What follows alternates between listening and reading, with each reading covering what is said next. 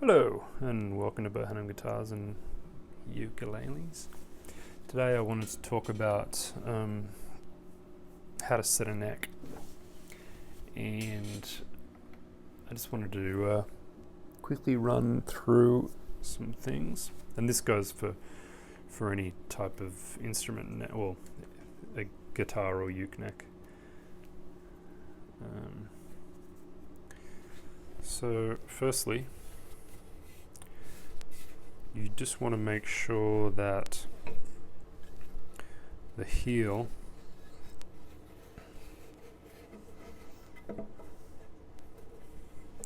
is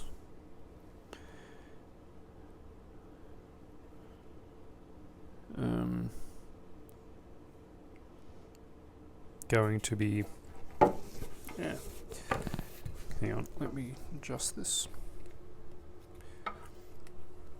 You want to make sure that the heel, you're not going to be trying to do or fit wood that's going to be later cut away. So this is, I'm going to trim this block about here. I usually trim this part down to about the top of the back, if that makes sense.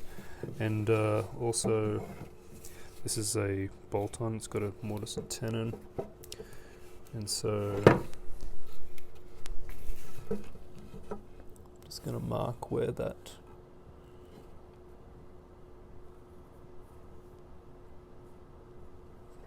tenon is. So this line is the bottom of there. So I'm just vaguely getting this fitted. The other thing you could do is, this tenon is way too long. We have to fit it to there. And we have, so if that's butting up against there, we have to cut this much off. So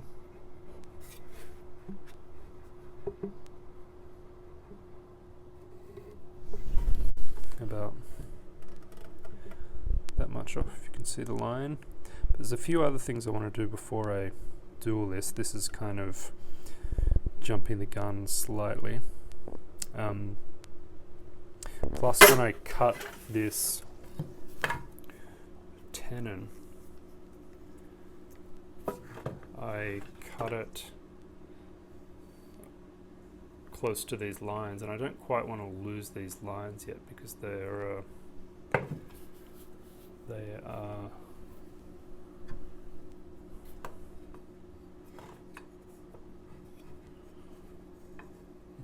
square with the top of the neck.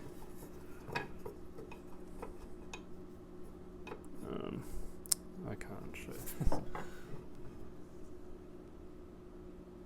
So that line is square with the top of this, and you want to keep that because this has to be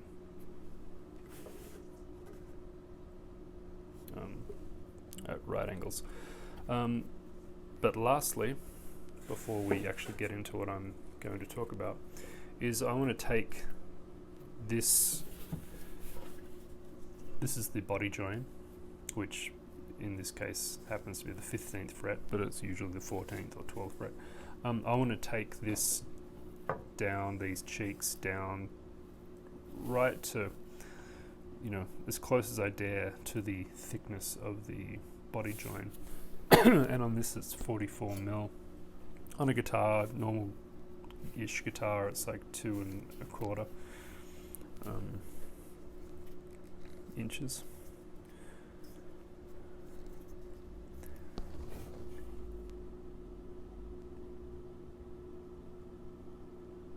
So those lines that are there are accurate enough for what I'm about to do.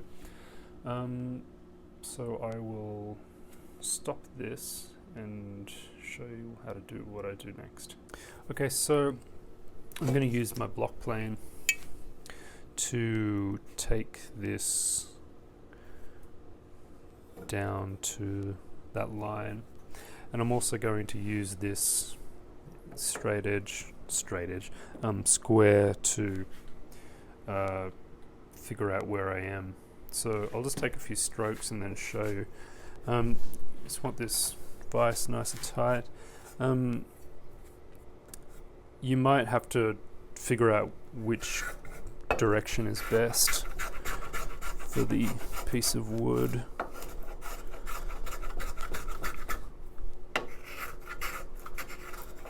And this applies mostly for my own neck shape, which is kind of square, but so you can see it's too high up here, so I'll just work that down a bit, and I'm still way off. So, but I'll just show you one side.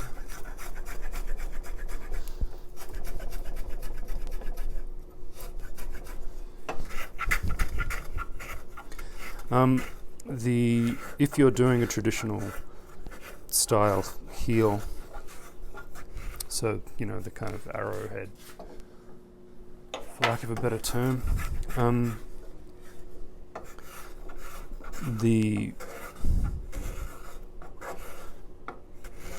method is a little different, but you want to take this, you want to have you want to shape this basically before you start setting the neck.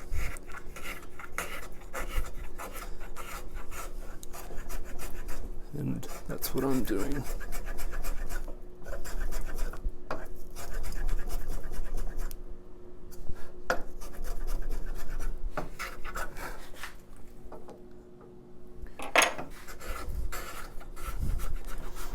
Yes, that would be a good way to put it. Shape the heel before you start setting the neck, at least enough for where the cheeks, like this edge, is going to remain pretty much the same.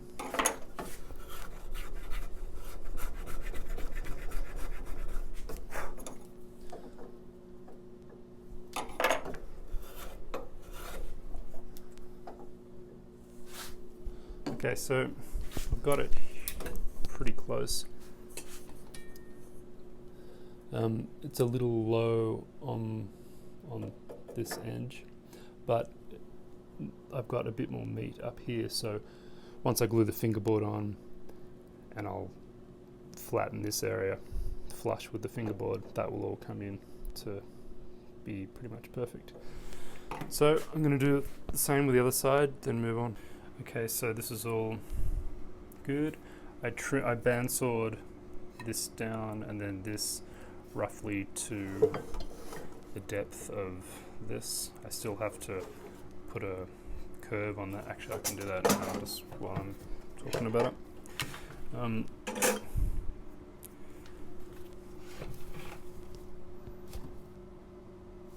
I usually do this a bit later, but can be done now. Okay, that's all that needs to happen at the moment. Just a vague curve. You can put a bit,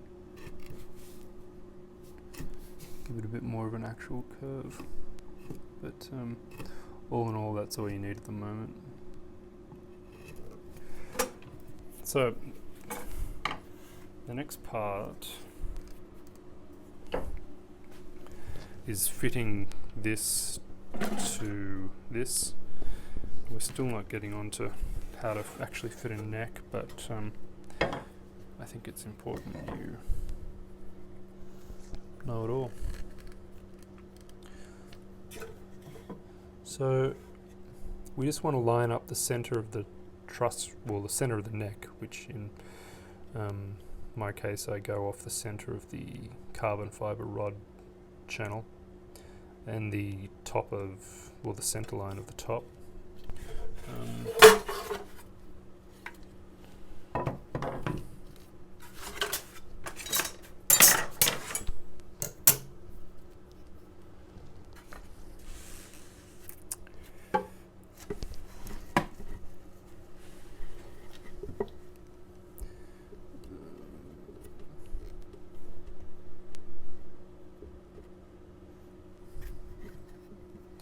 So I usually put this here, so this angle, camera angle's sort of wonky, but this line is in the center of this channel. And then I get the light where it's most revealing.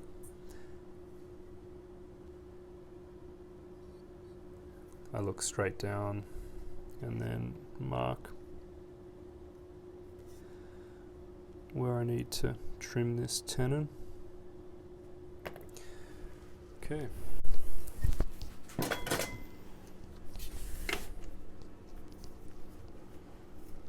So this mark that I made,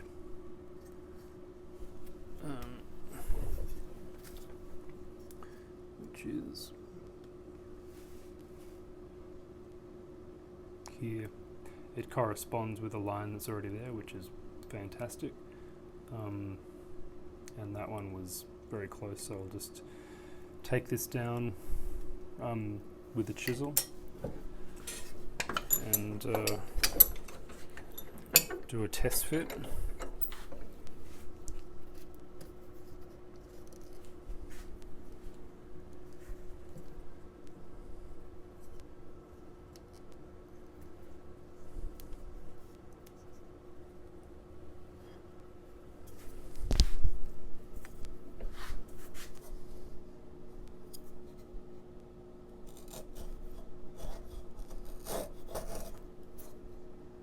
So I'm trying to take off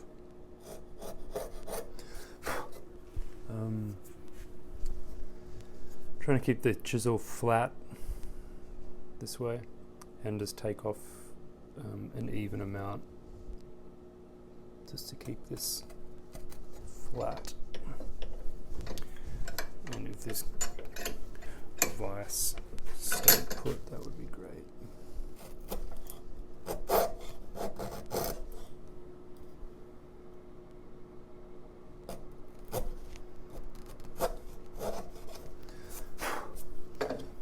So you can test with the back of the chisel, a little bit of a lump here.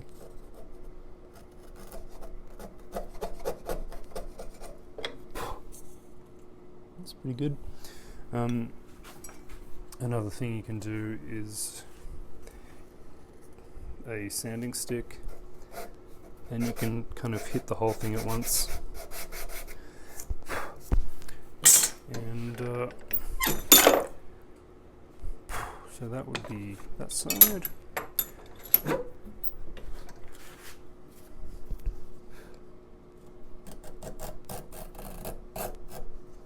Careful when you go out this side because you might blow it out a little bit.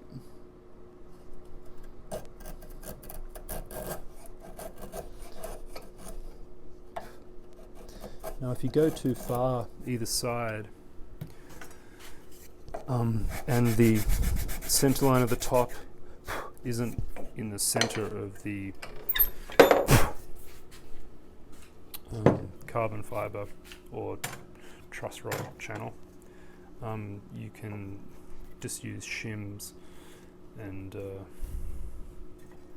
just to pack it out whichever way it needs to be. That's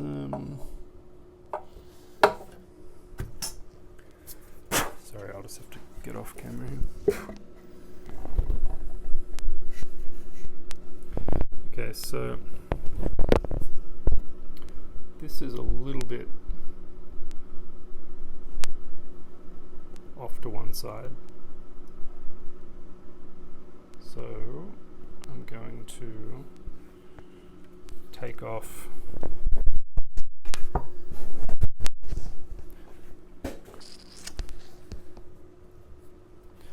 whatever side needs to be shortened for this to work. It's so close. It might not even be worth doing. It's like a pencil line difference, but for the sake of education, I will do so. But what I'm going to do first is take this tenon down to size. Now this is slimmed down.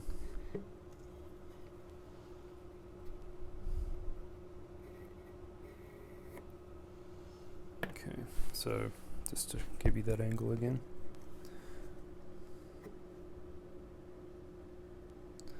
Makes sense.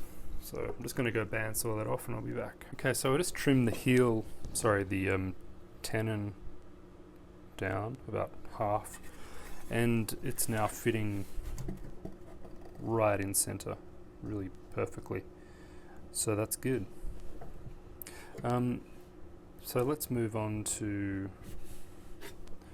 the next part, which is we're just going to clean up this area and just figure out where we are in relation to where we need to be.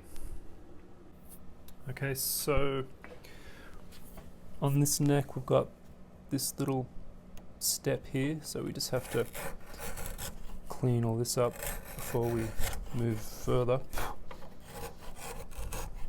So just chisel it away, don't touch these walls, tenon walls.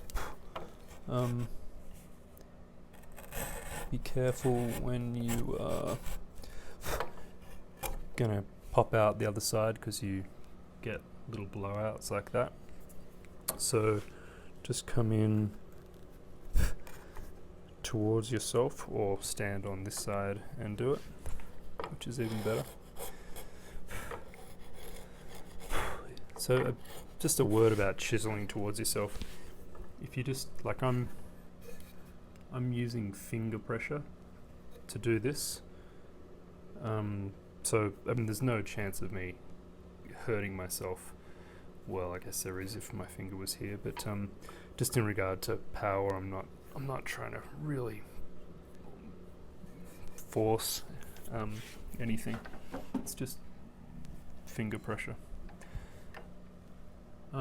The other part that needs attending to is this, which I can't tell if you can see it or not, but this part. This is a lump here, so we just have to remove that, because remember the body is curved this way, so this has to be removed to kind of take into account that body curve.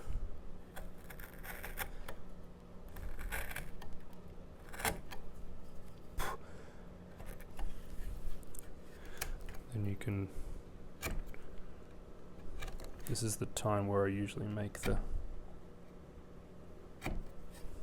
bottom part of this tenon curved to fit the mortise. So that's looking good enough for now. You can fine tune that curve later. The last thing I do, so we don't want to be removing this entire area. We just want to be removing as little as, well, we want to be working on as little material as possible to set the neck.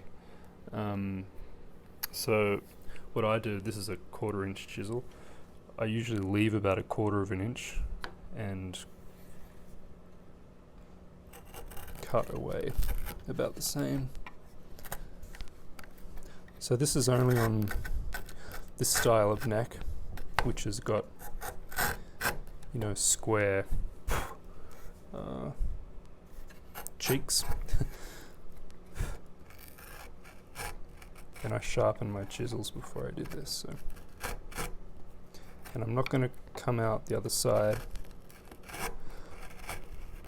because I'll get a lot of blowout. And I'll do the same on the other side. I've got a traditional heel neck here, so I can show you what I did.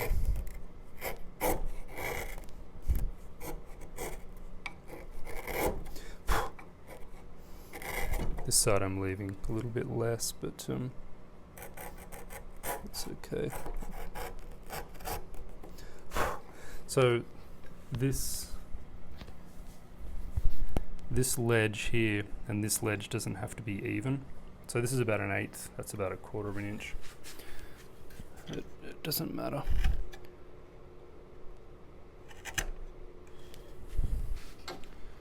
So I'll just flip this around.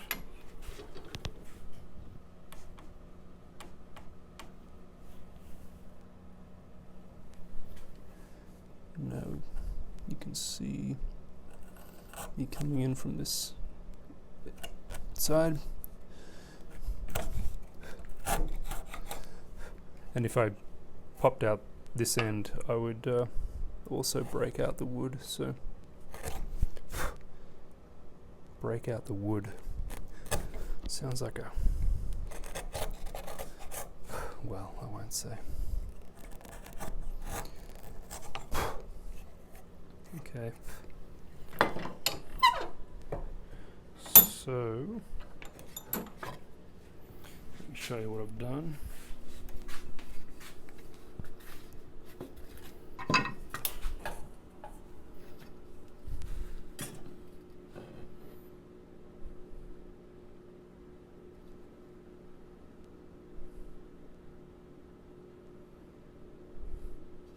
And then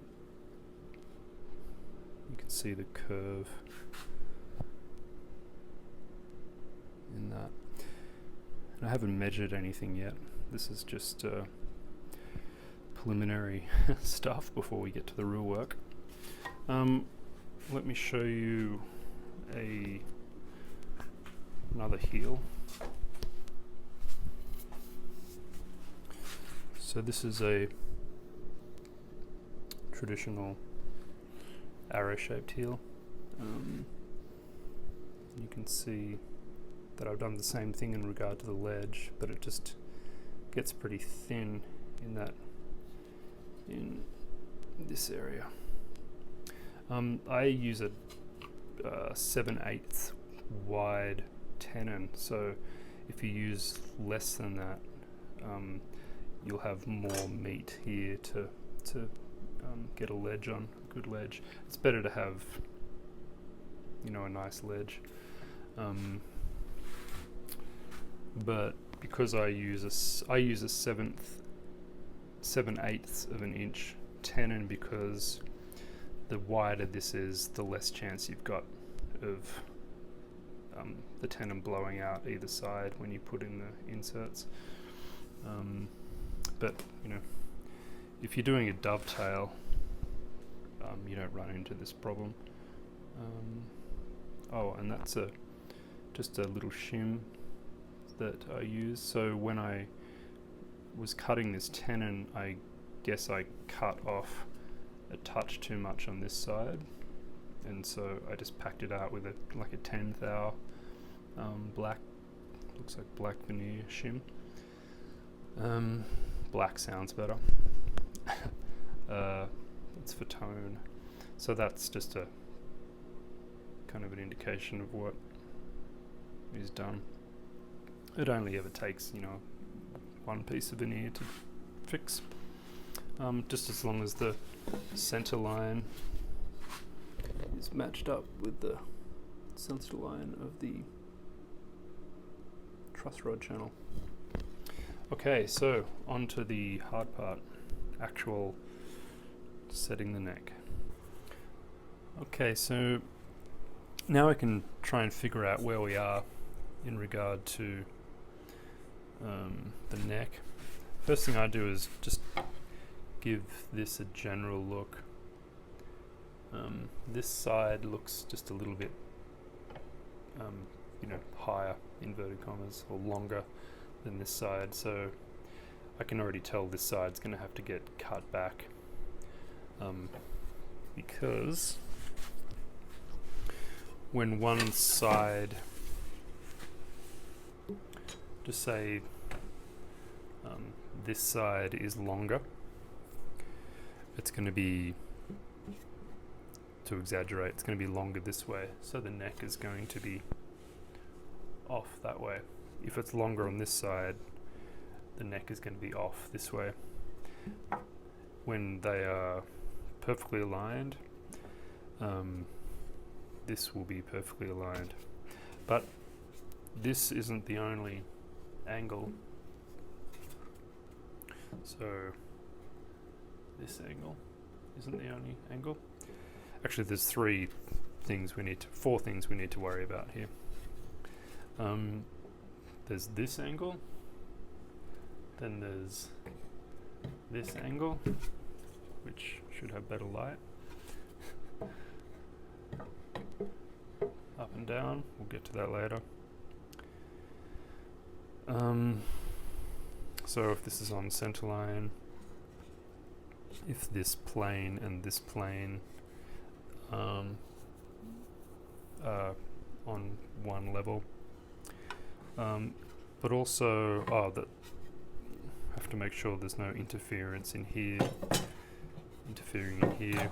We have to make sure that this doesn't touch the wall of the mortise. That can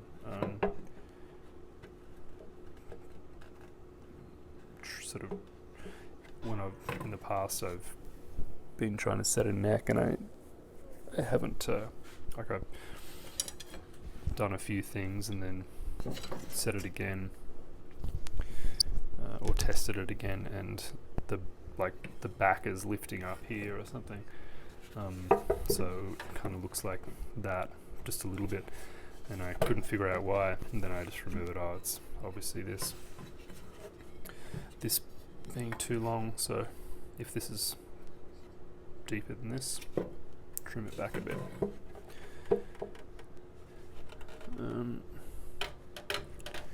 The other element which needs to be considered is how flat this is. So if we just get some lead pencil, make sure you get this area marked well, just everywhere really. And then I've got some sandpaper adhered to some nice flat plywood, so it makes for a nice flat sanding block. So what I do,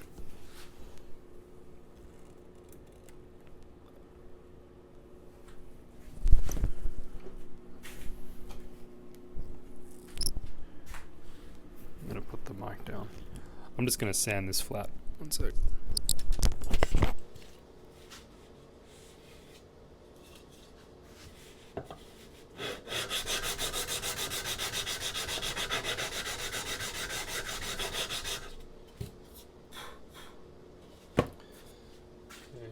So, you might not be able to see this, but there's still lines at the top here. So, and there's some lines here.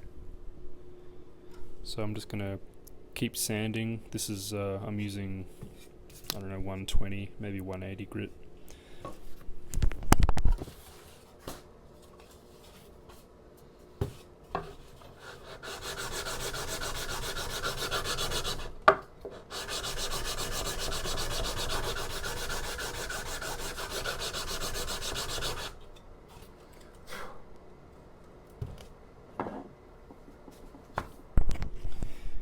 So if this area is proving troublesome, which this isn't, but I'm just kind of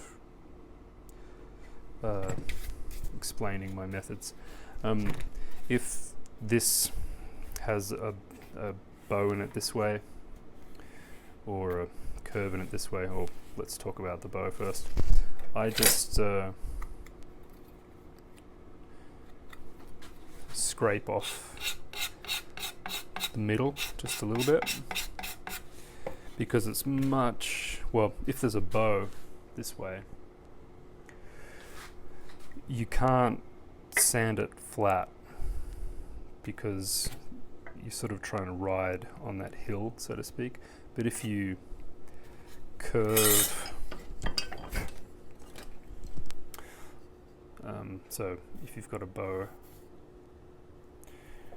when you're sanding it, trying to sand it flat,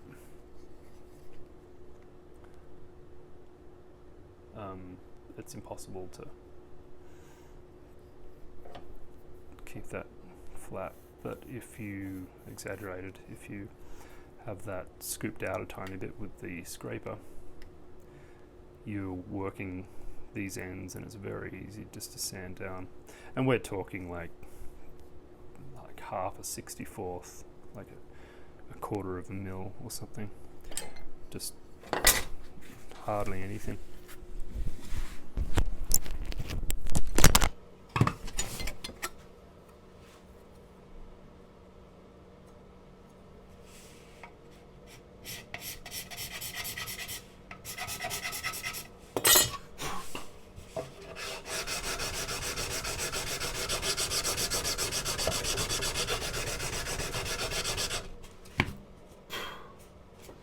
Keep checking for the pencil line to go.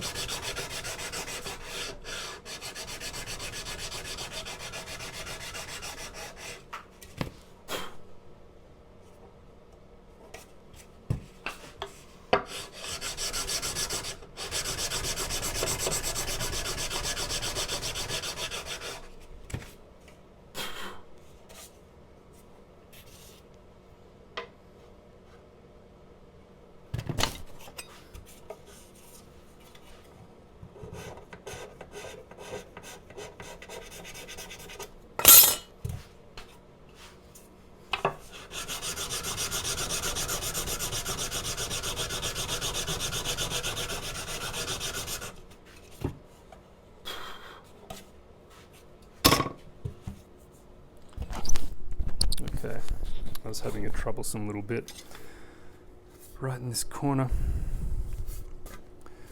So just check that it's all good.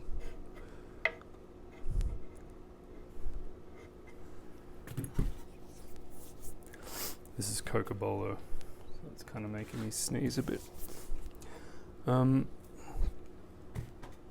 The other thing, I think I said there's 4 things which needed to be talked about. I meant 5. So there's 1 is this way, 2 is this way, 3 is obstruction, 4 is making sure this is, flat, and 5 is just to make sure this is nice and flat, which this is. So if this wasn't, you would just, I would use the same thing, maybe another one with cleaner paper, and just sand this flat. So just where the fingerboard's going to go needs to be flat. Okay, so with those 5 things, now we can test fit this. I think it's going to need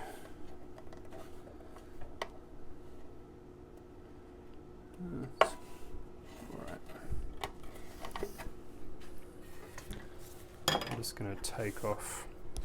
So if this, when you're chiseling it, if this gets wider in here, it's sort of hard to get to push in. So I'm just going to take off a tiny bit here because it's hard to get in.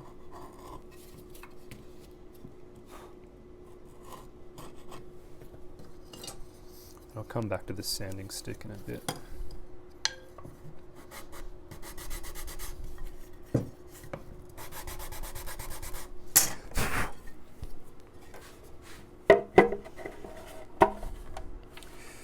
Okie dokie. So this is a bit, the neck is a bit proud of the body. See that? That's because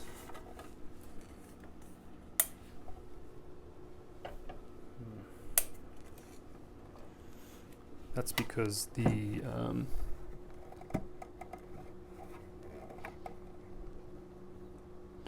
tenon, I just need to cut a little more off it. But it doesn't look like I need to cut any more off this area, so if I was to shorten it, I would be cutting more off here. Just looking at it, I need to just refine these curves a little bit just to match the curve of the mortise.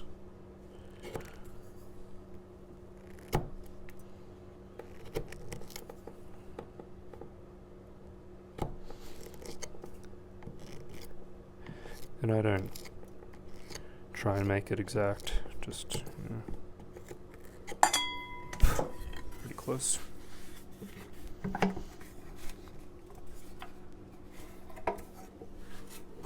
But what I do like to get is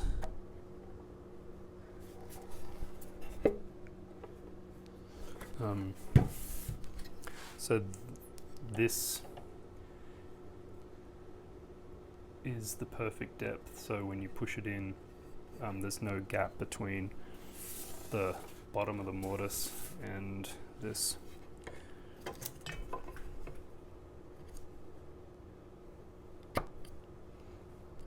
So just I'm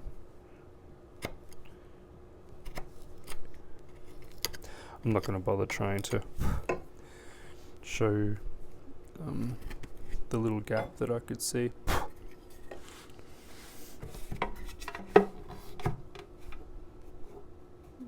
Okay, so that's a little bit lower now, but that's fine because later on I can glue just like a slither of wood like that in, just tiny amount.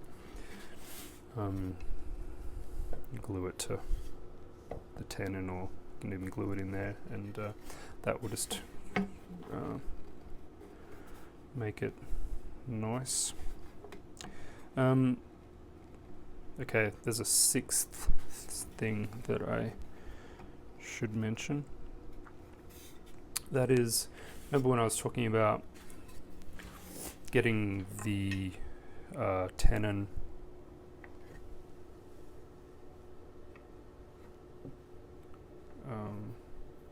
at a right angle and this at a right angle. If something is just, if you've chiseled it just a touch too much, or you had this cocked a little bit when you were routing the tenon, or the mortise, sorry,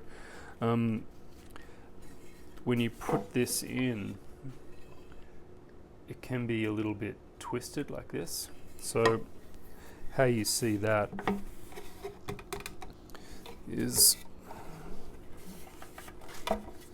when you push this down and this is tight, if one side is low and one side is flush with the top, then you know you've got a tiny bit of a inconsistency in the mortise and tenon. So I do this I cut the tenon by hand. If you have a jig to route that with the truss rod channel acting as a kind of a guide in the jig, center line in the jig, that's the best thing, but this problem can still definitely happen. So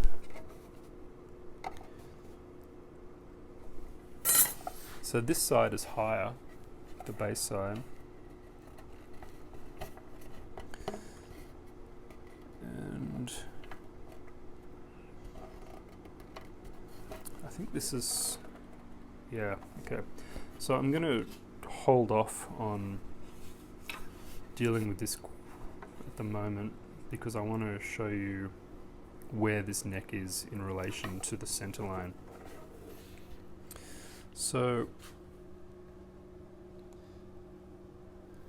let me get some tape and put the tape on the center line because it's going to be impossible for you to see without it.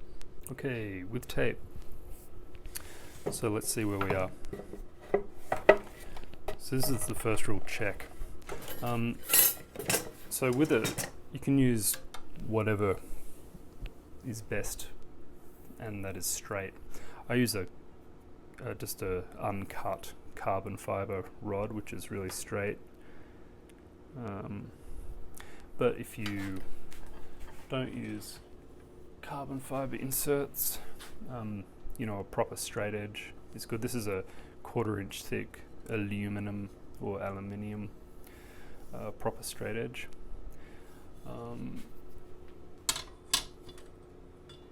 If you use, sometimes you can use a kind of a stiff ruler. So this is just a ruler, it's not a straight edge, but it's actually quite sturdy, so you can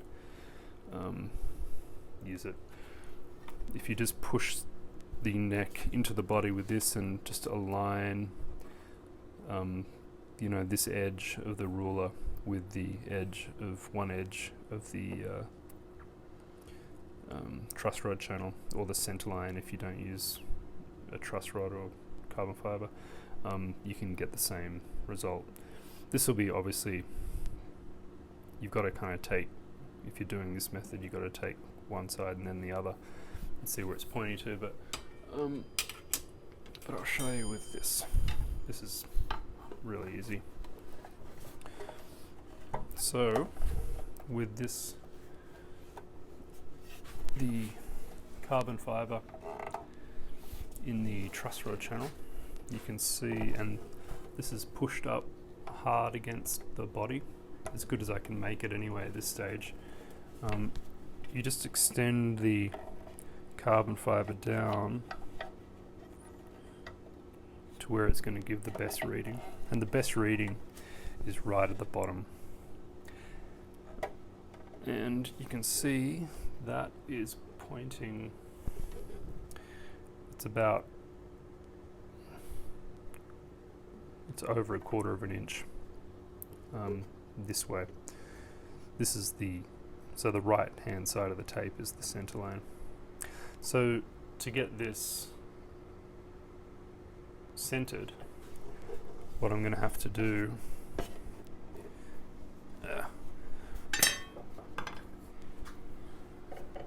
so it's too far this way. So if I take off wood from this side, which is the side that I was saying looked longer before, then that will tilt the neck this way. Okay, so my phone ran out of storage, so I had to. So today is tomorrow. But I just reviewed what I had already recorded, and I think where I left off was, so this neck is tilting too far this way.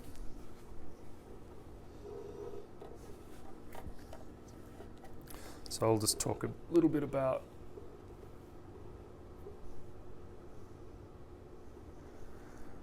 how to go about remedying this.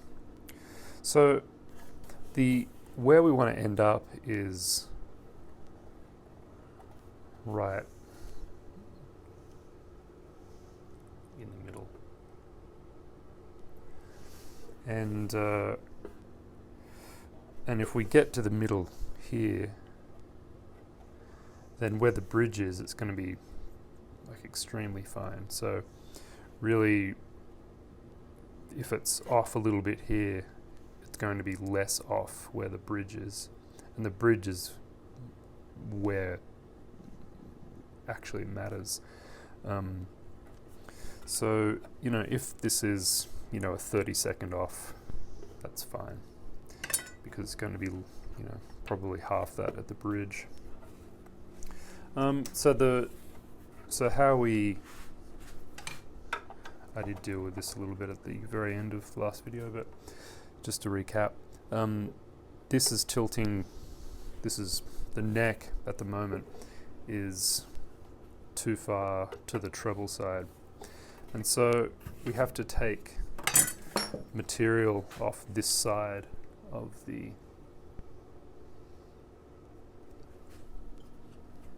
neck. So the neck is divided into, I think of it in 3 different ways, or 3 different areas, I should say. The first area is this top half. The second area is the bottom half.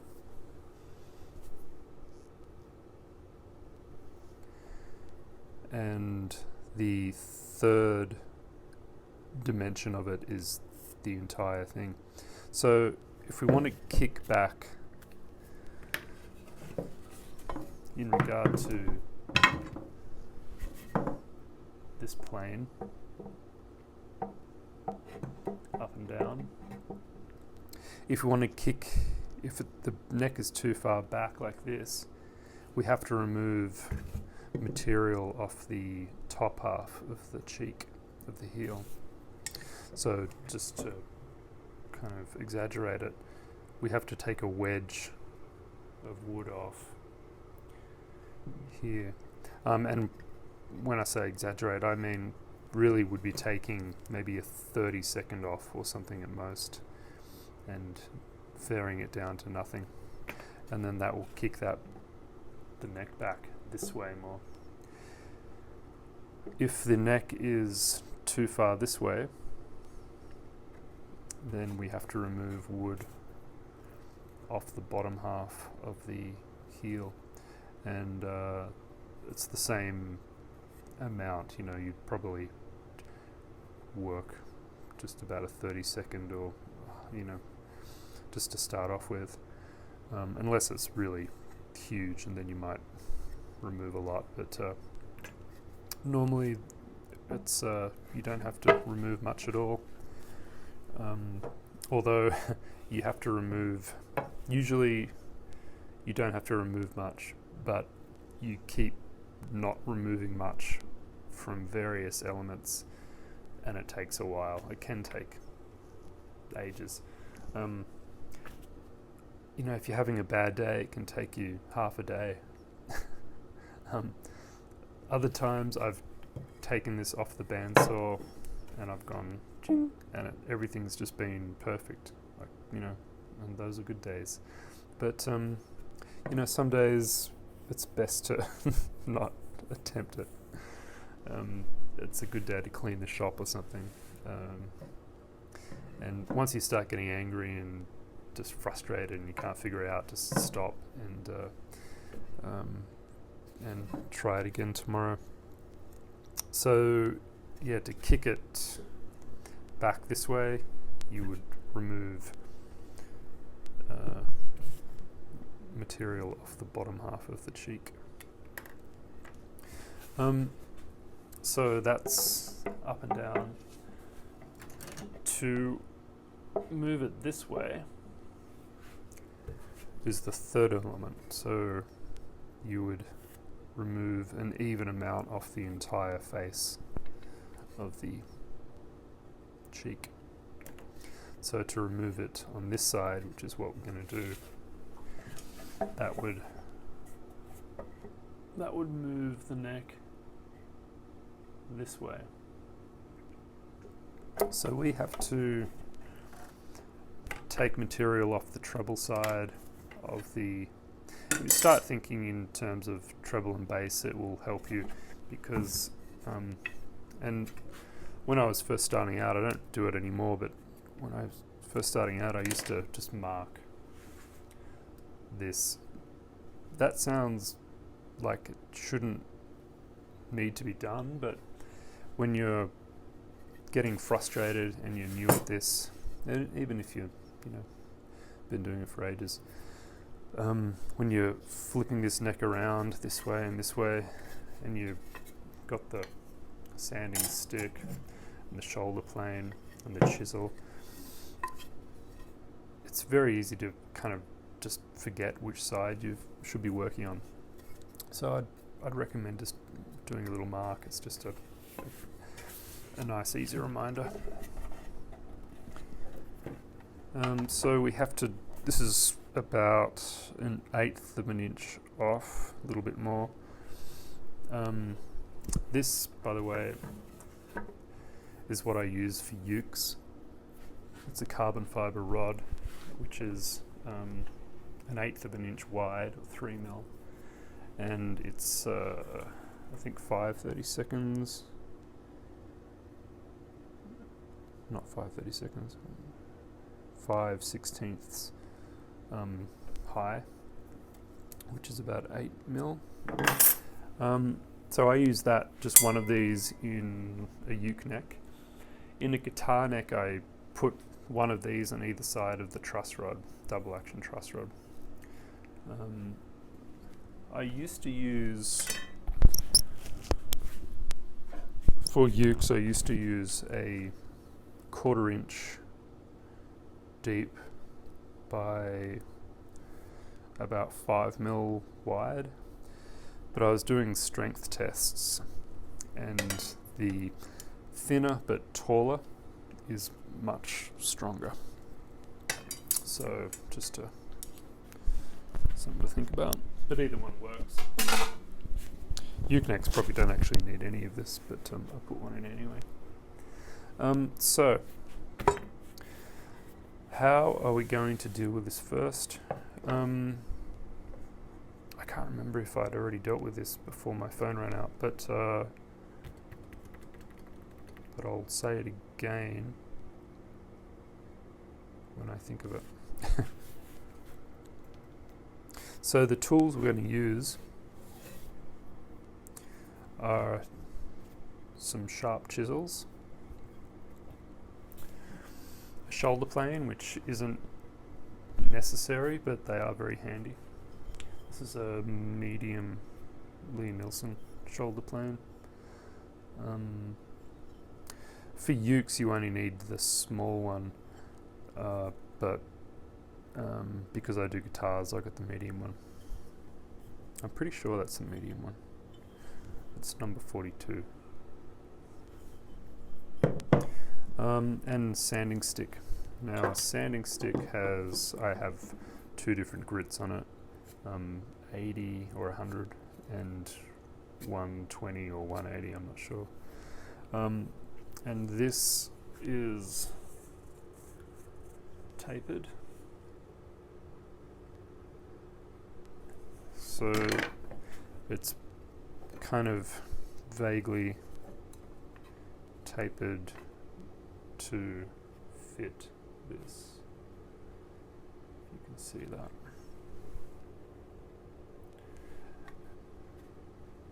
So assuming this is flat, as in this little element here is fairly perpendicular, is it, to the center line, which is the carbon fiber channel, then this sits on that, and you get that angle. So they're the 3 things that you're going to be needing for now.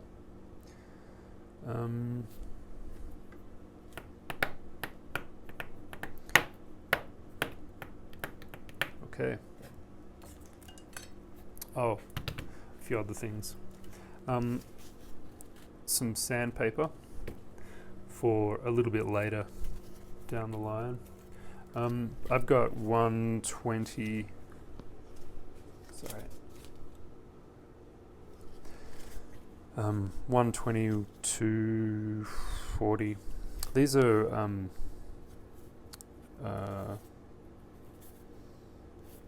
I don't know, they're tougher sandpaper. I'm not sure what they're for, but they're good. I think Stu Max sell this stuff. I got this elsewhere, but this is if you try and floss with normal sandpaper, it just tears very easily. And what flossing is, just quickly, is you put the sandpaper in there and then you pull it. It's a slow way to go, and so I only do it just to really hone in at the very end. And the last one I use is some 320 grit. This is normal sandpaper, but I put packing tape on the back so it doesn't tear. It did tear a little bit, but that's a very good trick, and it stays thin. This is a bit thicker. I also use this after I finish to do the same thing, to floss, just to clean up the cheek edges, and I use wax paper so I don't mar the finish. And just while I think of it, I do this kind of 3 times. So we're going to set the neck so it's all perfectly good, and then you glue the fingerboard on and you true up all this, and then I check everything again. And sometimes, for some reason, the pixies come in and mess with my stuff when I'm asleep. I just need to do this a tiny bit more after the fingerboard goes on. Sometimes, not often. And then the third time is after the finish goes on. When you spray, you should be putting masking tape down this area on the bottom of the back of the cheeks. But finish does kind of overlap a little bit, so you have to clean that off. I use a razor blade and then just a few swipes of 320 grit. You could even use 4 or 600. I think the other thing I needed to talk about, but I can't remember if I already did it previously, but it was yesterday and I just forget. And I spoke for about 10 minutes before the friggin' camera turned off, so I don't quite know what I've said and what I haven't, so pardon.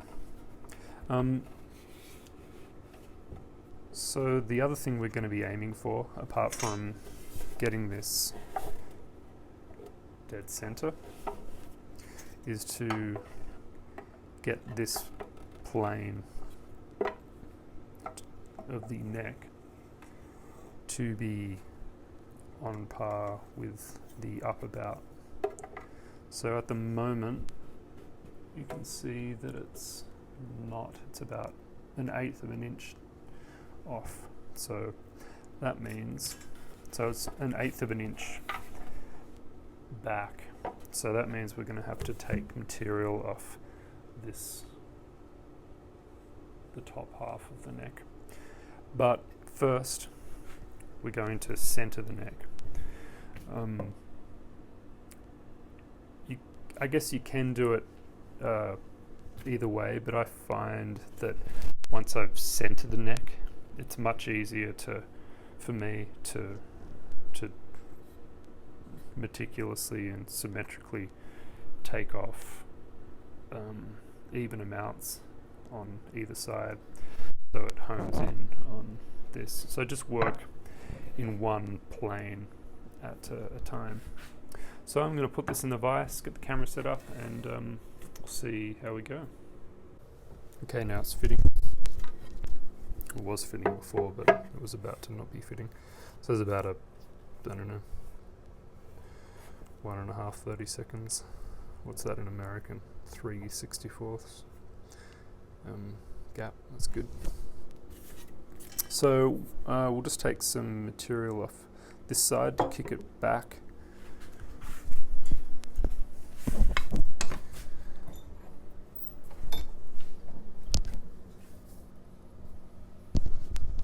So I took a little bit too much off with the chisel. That's fine.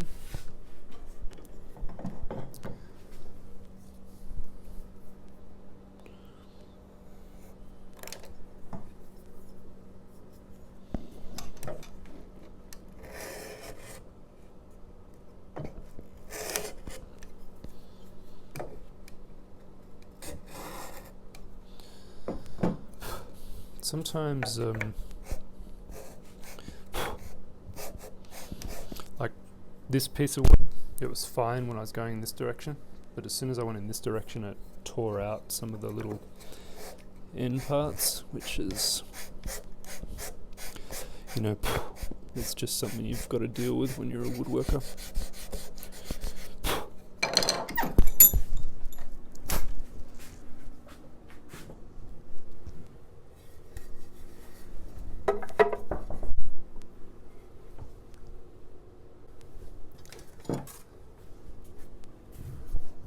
Seeing where we are after touching the bass side, and looks like we're perfect now.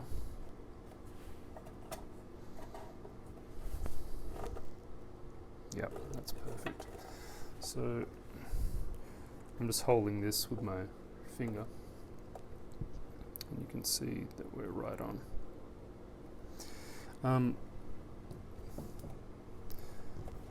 So before I proclaimed perfectness, I hadn't looked at this.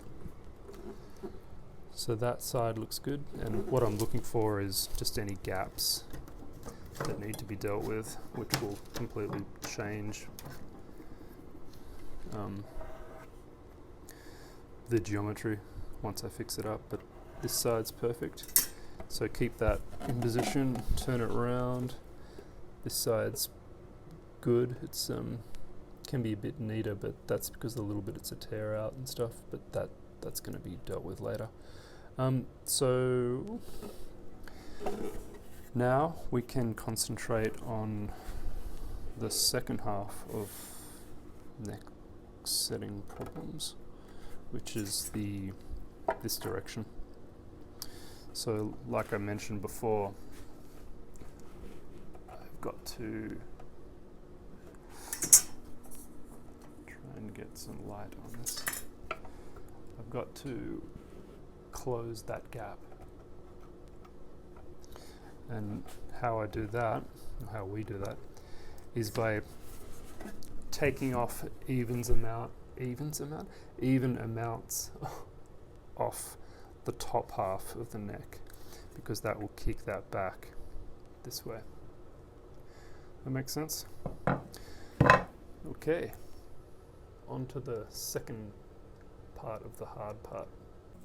Okay, so we have to kick the neck back this way. So this plane is the same plane as the upper bout. So we're going to be removing in a wedge kind of fashion an equal amount on both sides of the treble and bass side, the top half. So just to kind of make it a bit more obvious, I'll start with a pen width and see where we are.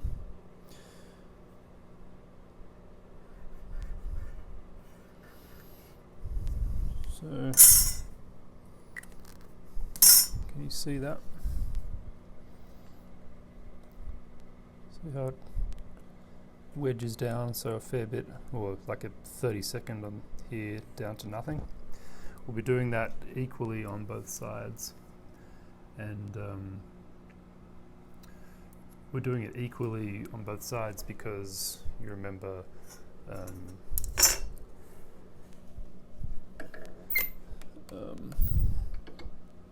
the center line has been, well, we've set the neck to the center line, and we want to maintain that. Firstly, I've just got to re-establish this step here, which I didn't do after I worked on it last time. And I'm kind of taking into account that I'm going to be removing a little bit now, so it's a little bit deeper on this end. So here we go.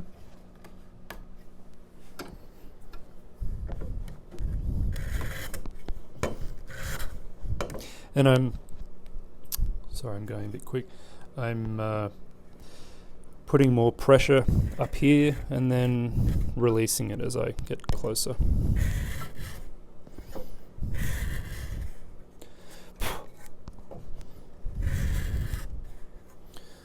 Then I'm going to finish that off with the sanding stick.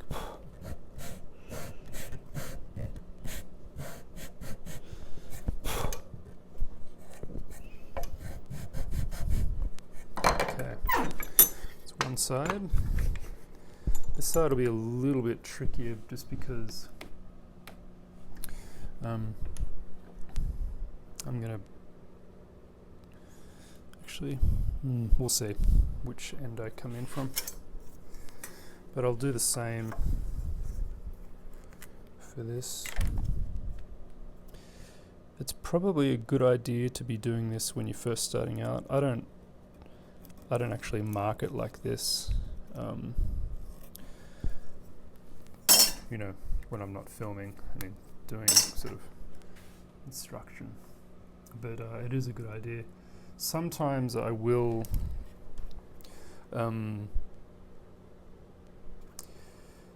make a little mark, not so much so I know where to go up to, but just so it's just a reference point, because once you, like, if you take off that much, it's hard to know how much you've actually taken off. So if you just do a little mark like that, you can see where you are and how much you're taking off. So marks can get you marks.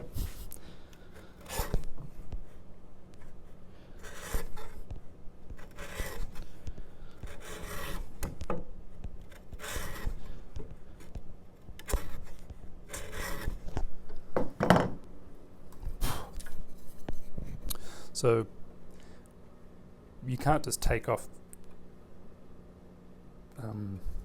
wood from the top half and then leave this, otherwise you'll have like that, which won't be nice and even. It has to be a nice continuous line. So you sort of have to fair it in, and that will, you know, come with practice and all that. When you're fine tuning, and I'm sure we'll have to fine tune this. By the way, this mark up here was a tiny bit thicker than this mark here, so I'm just leaving a bit more, so it might look like I've kind of not done it perfectly. The same thing can be done with a sanding stick as what I was doing with a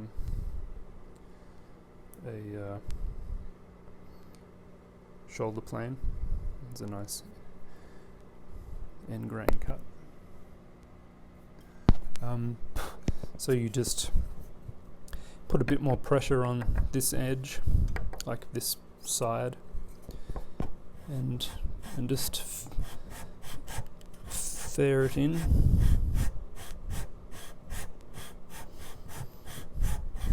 Sometimes I take off a little bit in the middle and then do the edges, and that's the same principle as what I was talking about when we were flattening the upper bout for this to sit against. If you hollow out the middle a little bit, it just makes fitting the ends a bit easier, as long as you sand the ends down to the scoop of the middle. So let's see where we are with this.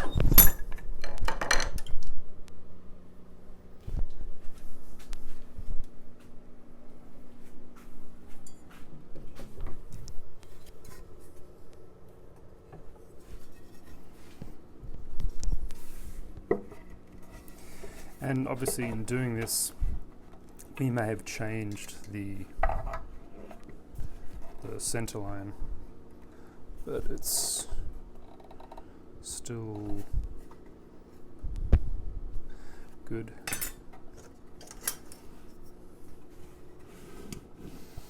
Okay, so just starting with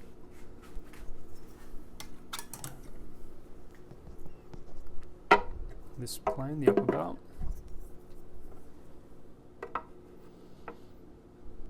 And that looks really close to being good.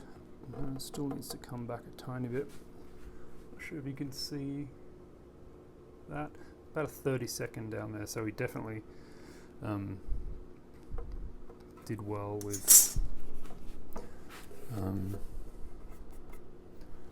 figuring out how far to go with that. So I was registering off the upper bout then and going off the neck.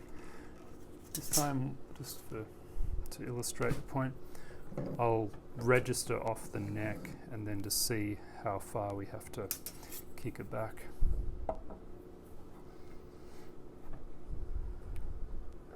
So you can see that. So what's going on here is if you glue the fingerboard on, you'd have to kind of push the fingerboard tongue, i.e. the part that hangs off the neck and is glued to this area. You'd have to push that fingerboard down that much, which is not good because then it kinks here and the finish cracks here. So we'll just continue along with this. I just want to double check this neck. Looks like there's a bit of a bow in this neck. I'll show you what I'm talking about, because this is something to check as well, because it can throw you off. So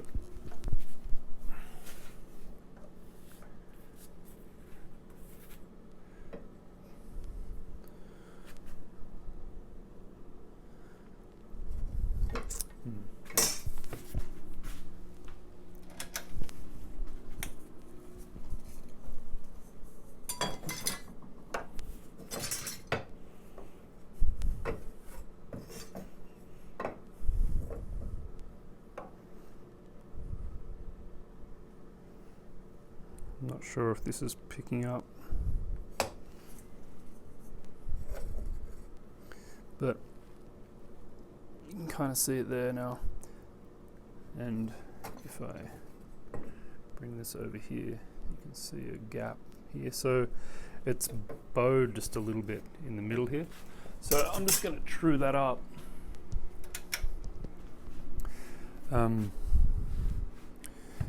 Just because that was kind of awkward to film. Put a straight edge in here, there's a gap a little bit here and a little bit here. So I'm just going to be taking a little bit of material off here just with probably a sander, or I might actually use a scraper to start with and then a block plane maybe. But I won't show that. Actually I will, why not? Okay, so I'm just removing some wood from the middle part. I have to remove, it's about a 64th or something. Just be careful when you're clamping this in the vise, when you've got a cut truss rod channel or something. It's best to actually have one of these in there, but I won't be able to do that because I will be cutting into that, which I don't want to do. So I don't have this vise very tight, which is annoying. And I've got this block plane set very finely.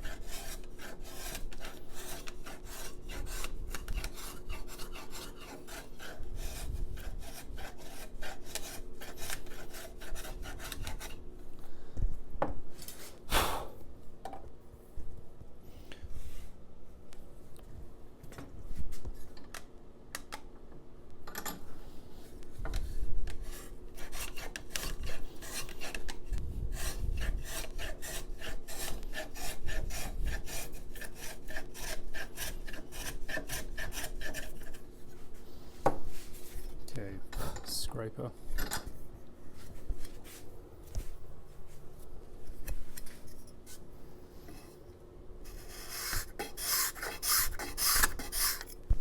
This is a thick scraper, so it's kind of remains more flat than a thinner scraper.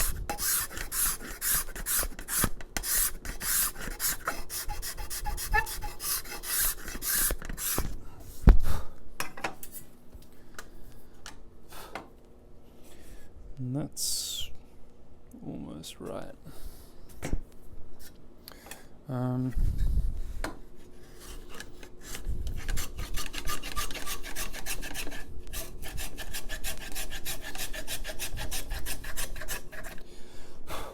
Sometimes I've done this on purpose.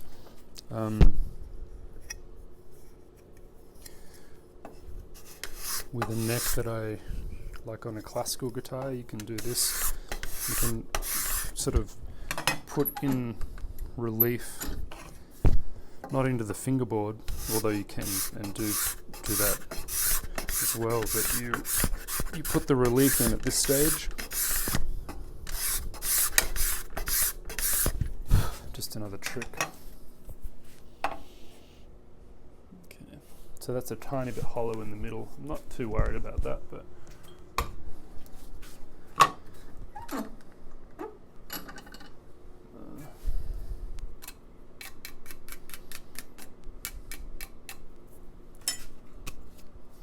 actually I won't use that. I'll use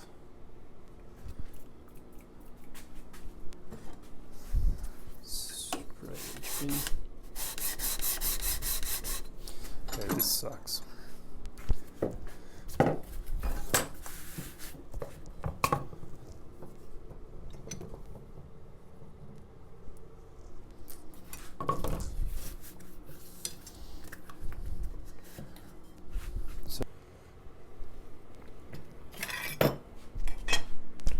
So when you, this is the way I'm going to be sanding this, just, it's probably the best way other than, you know, having something built up and just having this flat, but this is fine.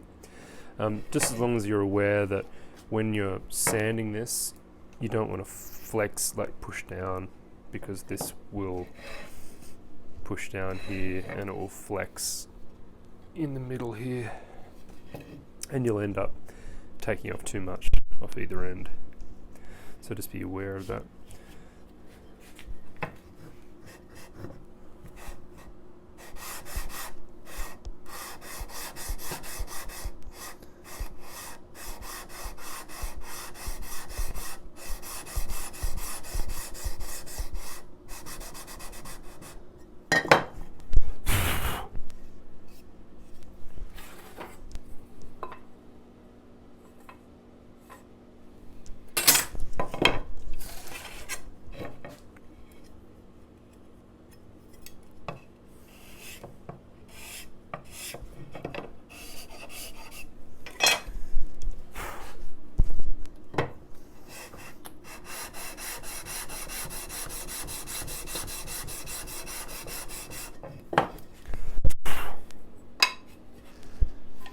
Okay, perfecto. You can't see that, but that's good now. So yeah, so just another little how-to. Okay, on to the next part.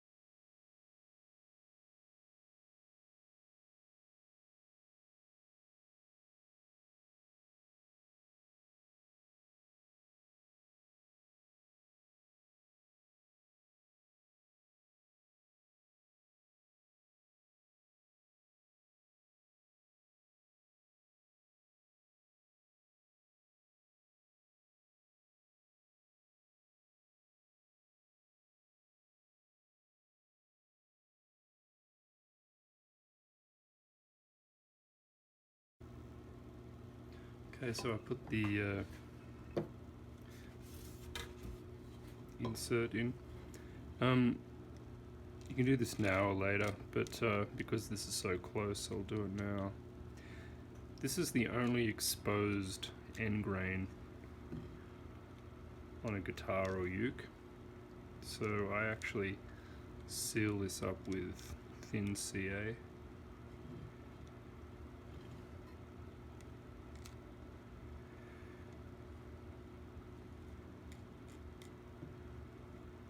I won't put too much right on the edges, just for now. But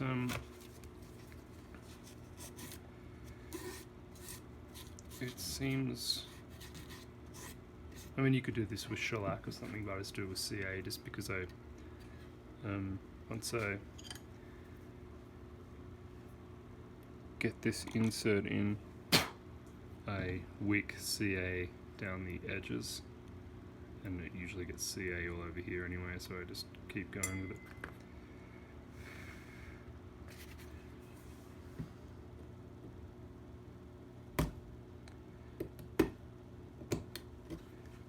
And of course, end grain is the place, well, the direction, I guess is the word,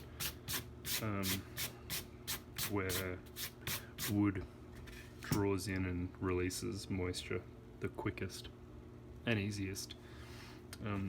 That's why on an oud and a lute, there's no end grain showing. Just for, that's probably not the reason, but it's an A reason. The only other place that end grain is showing will show is here, but this is all sealed with lacquer or shellac, French polish, whatever you put on it. So the only thing that remains completely exposed is this. So just a little thing that probably does nothing but makes me sleep well at night.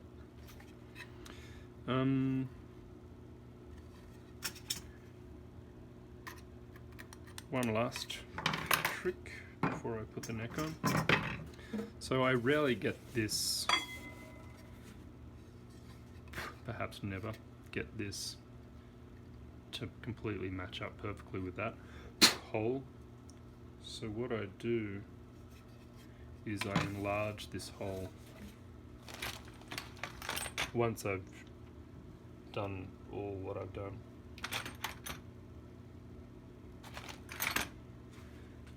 So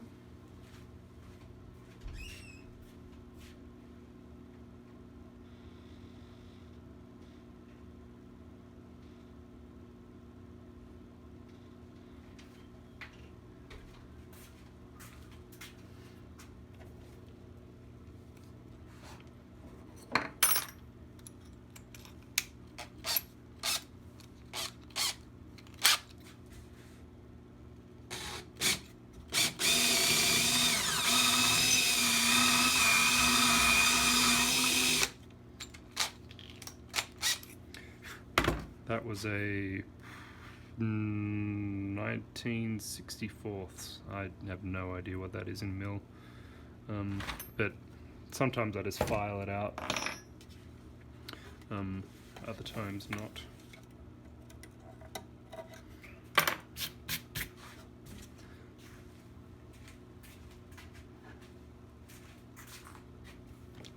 And sometimes the insert is exposed a little bit.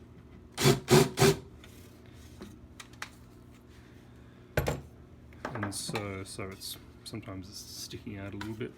So I just countersink that a little. I didn't need to in this case, but just to show you what I sometimes do.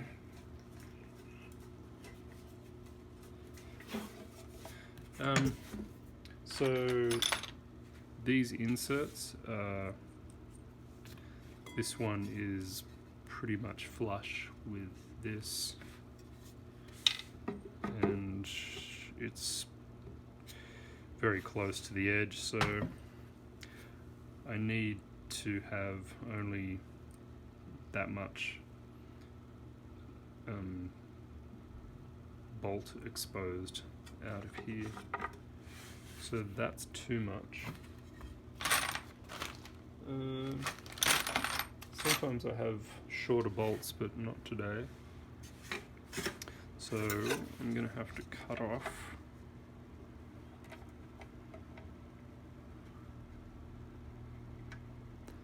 I don't know, whatever that is. Oh, about 1/4 of an inch. I cut off more than I need, just so the end of the bolt definitely doesn't touch the end of the neck.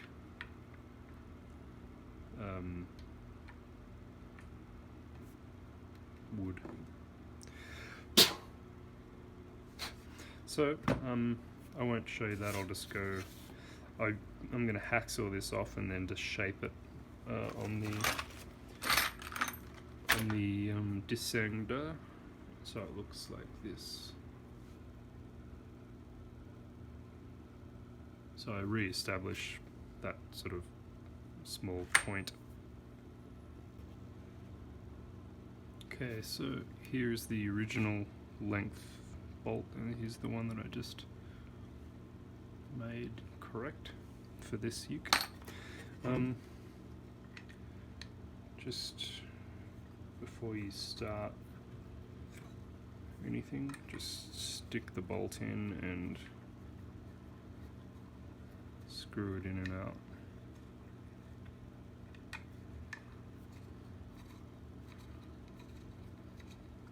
These brass bolts, they're you know, brass isn't the strongest of material. Just a word on my method of putting in these inserts with the dowel. This is why I do it. So this is the longest screw I have, or bolt.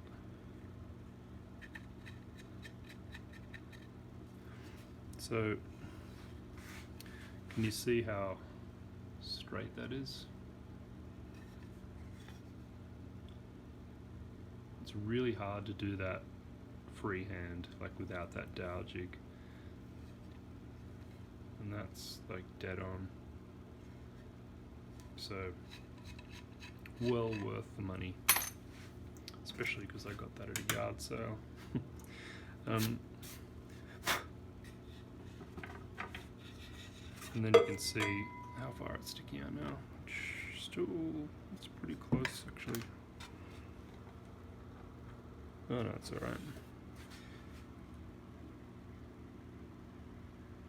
So just as long as it's not, as long as the bolt, I mean the insert.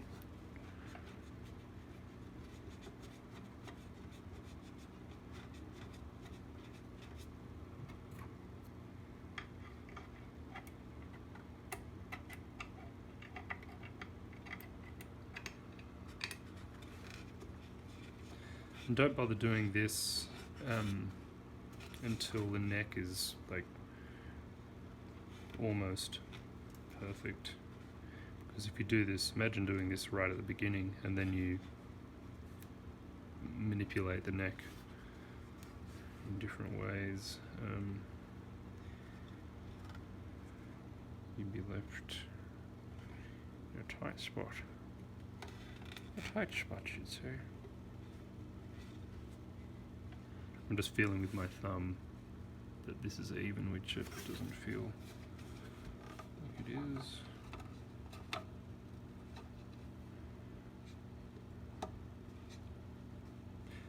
So sometimes when I stick the neck on without enlarging the hole, this is too high or too low, just by 1/2 mil or something. But when you have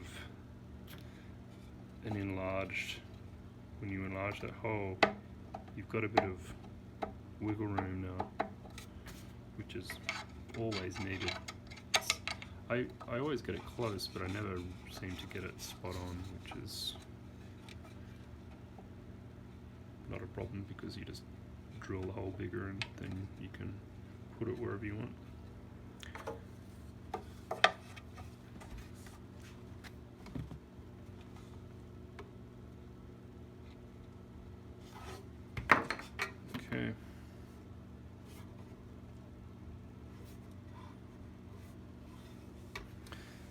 So I'm going to check the center line.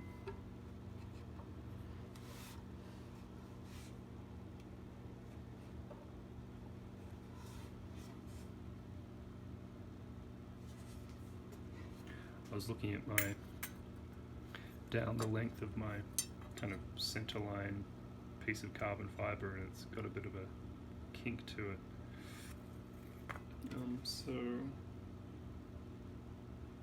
But I can tell this needs to be kicked over some. So it's, if you just close one eye and sight down it like that, you can, that's what I saw. This is over too far, so I'll have to take more off this whole side to center it again. So once you get it all centered, and or maybe centered without the bolt, once you put the bolt in, it does change stuff. So, and then let's see where we are in regard to this angle. So it looks like we're pretty much there in regard to this angle, which is good.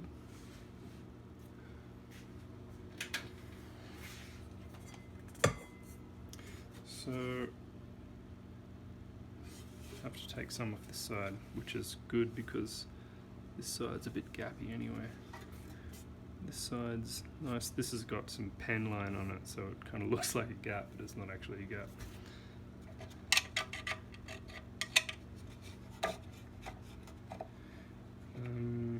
What I might do actually is, I don't think I've shown you this yet, but flossing. So I've got 220 and 120. So I'll start with the dodgy side.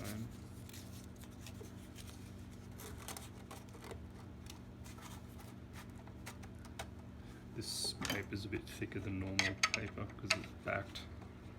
So just take the thread out a bit. Let's hold this down, pull it down like this way. Definitely not this way.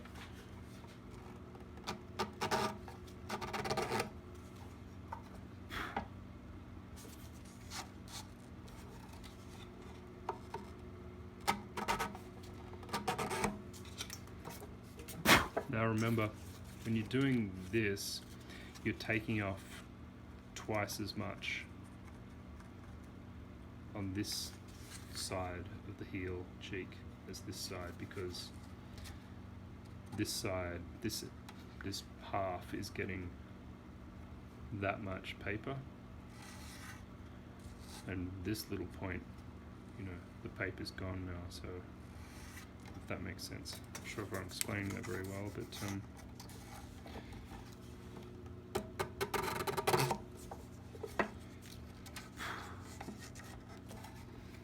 just going back the other way, same thing.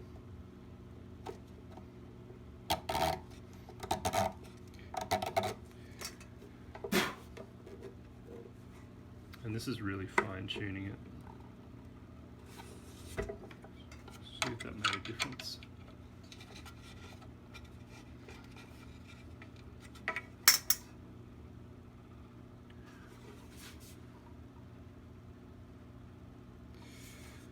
Not so much. I'm going to take this neck off and just clean up this edge with a sanding stick and my shoulder plane. And because it's been about a week or maybe a week and a half since I actually filmed those other first videos, I'm just going to double check everything.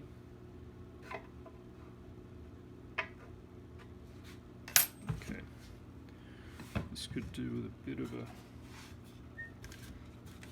the sand. Don't know why it's not still good, but there's a little bit of a gap just here. So 220, stick it.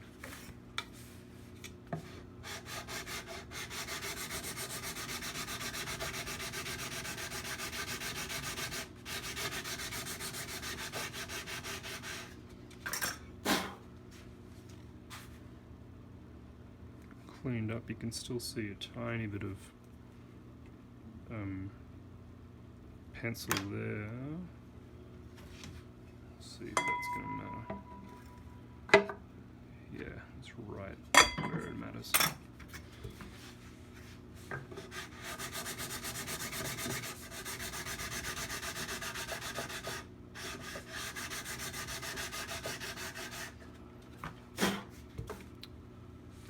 I don't think you could see that, but I was just hanging this off the edge of the table and sanding it like that. And that is looking good.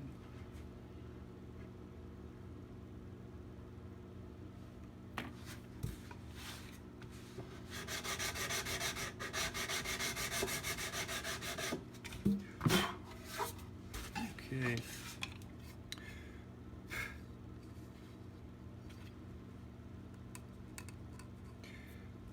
When you use paper, sometimes the some of the stuff gets stuck to this cheek edge. So I'm just looking at what I have in here, and I'm just going to clean this up with a smaller chisel.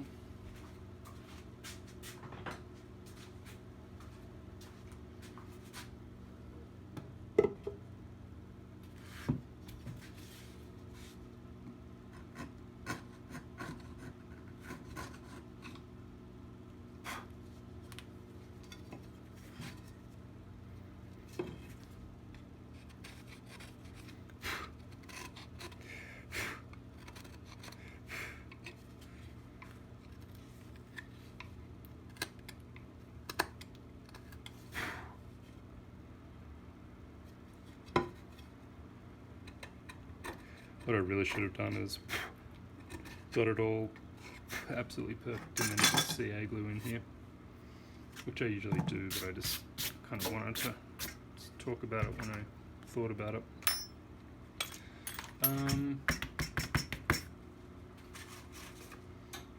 Sanding stick. What's this side?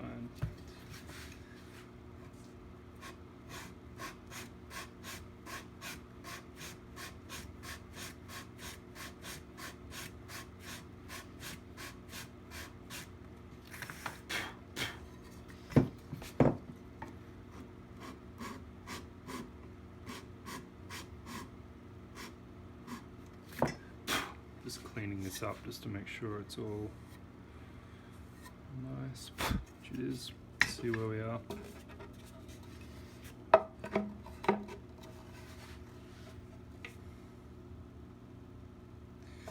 Still needs a bit. I just used finger pressure for that.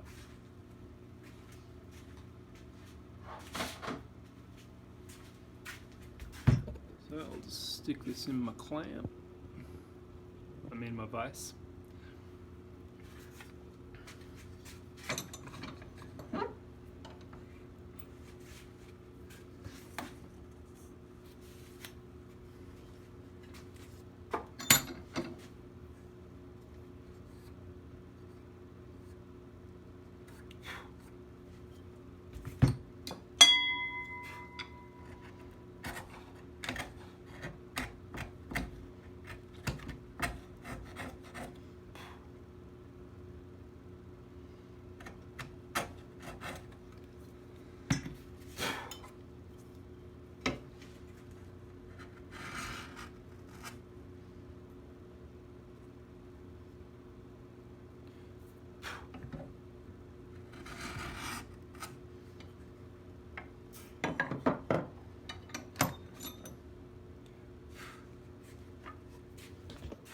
Sharp shoulder plane sure is nice.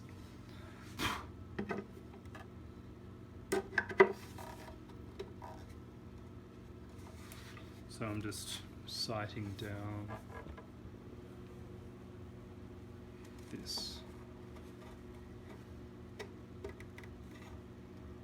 That's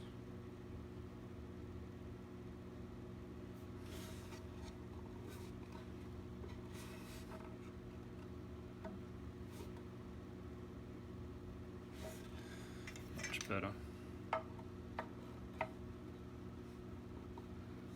That's like spot on. So stick the bolt in.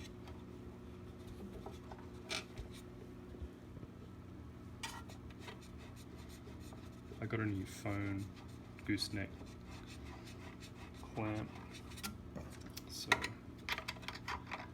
it's the new angle. Much easier to use too. That goddamn tripod that I've had before.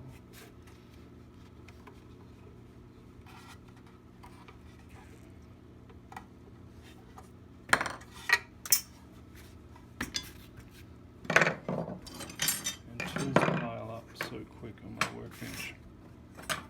It's incredible.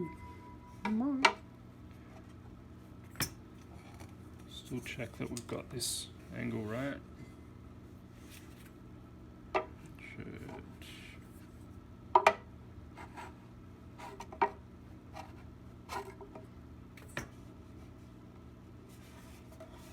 a bit high on this. Just push that down.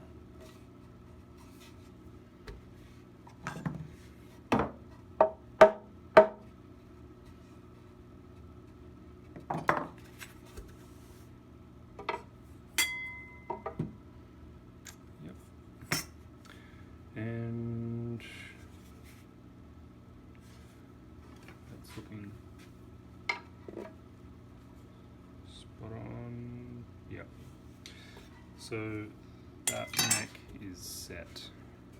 I'm just gonna double check. I think I talked about already. So you've got this up and down. Sometimes one side of the neck is higher than the other side, and so when that happens you have to, so if this side is higher, so just say this is on the body and this side is higher this way, what you've got to do is take it back this way. But if this is fitting nicely, what do you have to do? You've got to remove material from there on this side, the lower half, and material from the top half on that side. So that allows that to kick down this way. So it's just like, you know, to kick it back this way, you've got to remove material from this side, or this half, and to kick it back this way, you've got to remove it from this side. It's the same with this. So if you want this lower, you've got to, and assuming this is all tight, the mortise and the tenon are tight, you've got to remove material from here and here to kick it this way. And if this side was high, you would remove it from this top half and this lower half. So that's what I did, just a tiny bit. I think I did it off camera before I started filming today. Not something that I noticed. It was just a tiny amount, so it was kind of, I was umming and ahhing whether to do it. But it's only, you know, just use the sanding stick and just a tiny bit off, kicks it.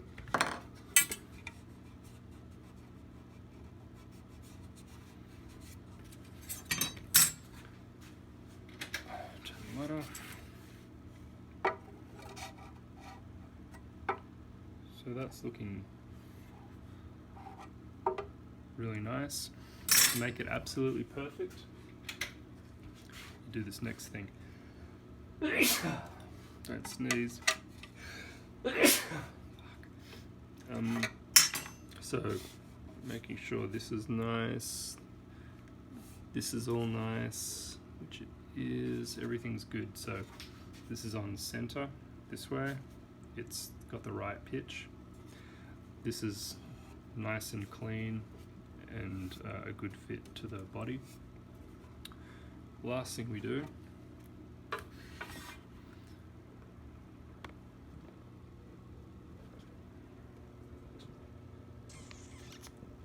is adjust the camera, and then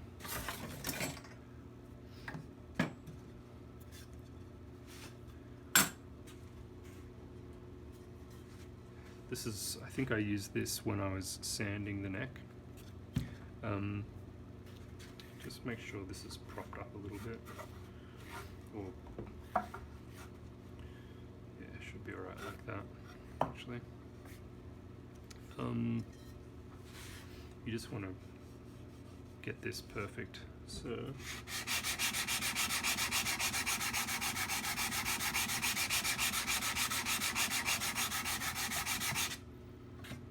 bit of that. 220.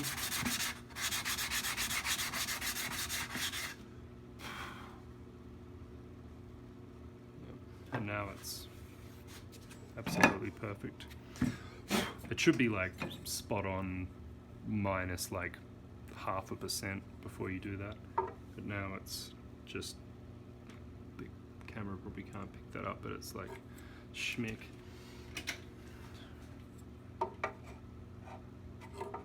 So that's just going to give an absolutely perfect plane for when the fingerboard goes on,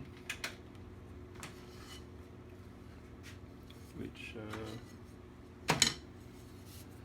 let me grab a fingerboard. There's just not going to be any gap at all, no weird kinking here, which will lead to finish checks here or little finish cracks here. It's just spot on.